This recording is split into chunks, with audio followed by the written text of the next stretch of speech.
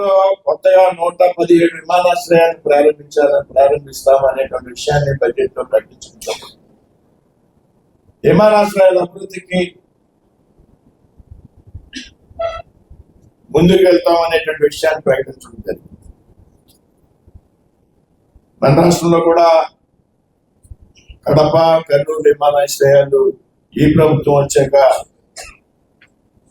అందుబాటులోకి తీసుకొచ్చారనేటువంటి విషయాన్ని కూడా మీరంతా కూడా గ్రహించాలనేటువంటి విషయాన్ని సందర్భంగా చెబుతూ ఉన్నాం.